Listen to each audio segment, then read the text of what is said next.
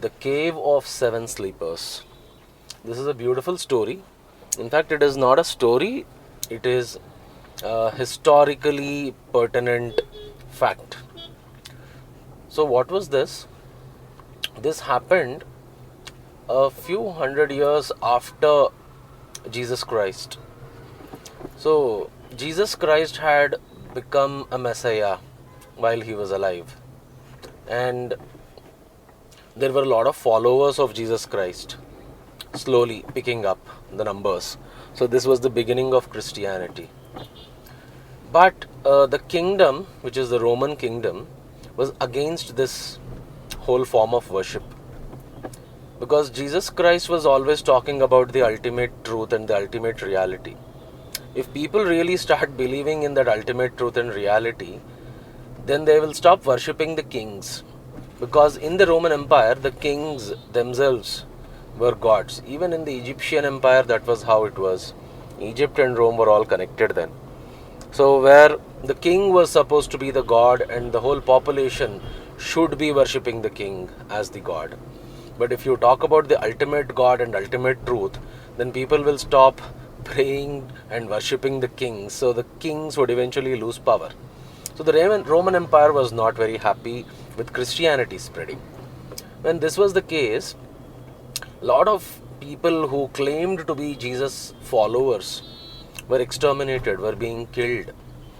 There were mass attacks on people who echoed Jesus Christ's philosophies, or even a passive interest towards the teachings of Jesus Christ. People were getting killed by the Roman army. This particular story happened during that time, 200 years or so after Christ, 200-300 years after Christ, when 7 people who used to vehemently follow Jesus Christ's teachings were being hunted down by the Roman army. And these 7 people start running to escape, and they hide themselves in a dark cave. And there's army behind them, the soldiers are running behind them, and the 7 people, to hide, go into a cave and block the cave's door with a huge rock so that they cannot be found. They go inside, sit there for a while, waiting for the army to leave in frustration without finding them, so that then they can come out. They sit inside the cave for a few hours, around 3 hours. They sit there, they pray God, and eventually fall asleep. 3 hours later, they wake up. They wake up and push the rock away and come out of the cave. And now they are hungry. They see that the army is no more around. The army, probably the soldiers, left. They could not find them. They did not know that these people were hiding in the cave, and they leave. And these people come out, the 7 people, and they are hungry, and they go to the market. They go to the market and want to buy bread. And they go to a shopkeeper, ask for some bread, and he tells them the cost, and they take out some money, some coins to pay him. And the shopkeeper just laughs and says, "Is this a joke?" They're like, "Why? Why are you asking? I'm just buying bread and I'm giving money for the bread." They're like, "This is not money." They're like, "What? This is money, I'm giving you money." Like, "What is this?" These are some antique coins which used to be around 300-400 years ago. They're like baffled. So the 3 hours which they slept in the cave, time felt like 3 hours for them, but outside the cave, time was dilating, and 300-400 years have passed outside the cave, and they come out. And they are baffled that the Roman Empire is no more that powerful, and Christianity was more acceptable.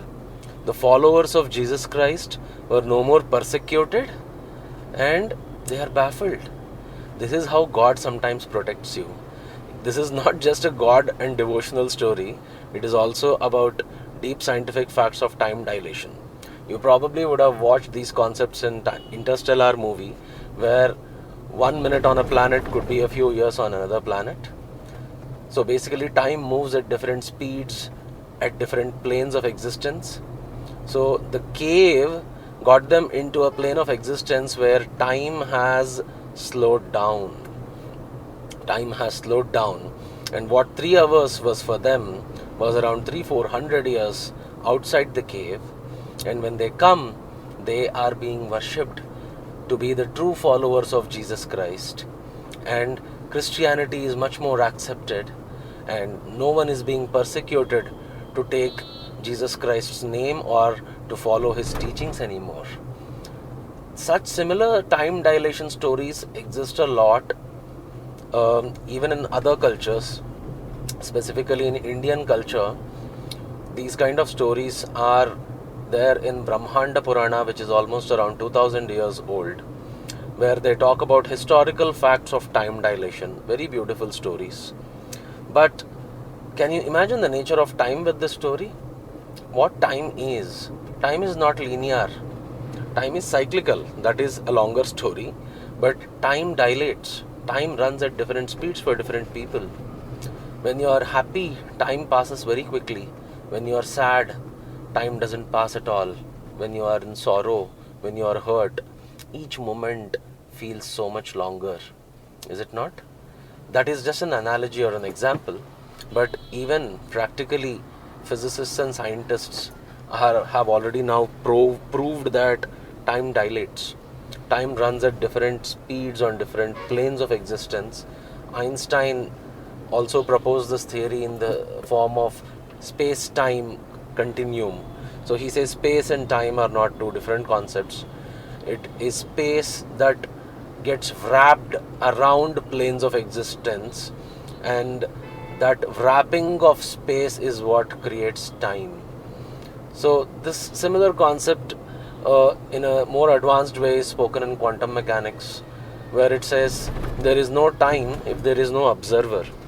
The whole concept of time gets created because there is someone observing, a consciousness which is observing, which is what creates time. The minute there is no conscious observer, then there is no time, that timeless.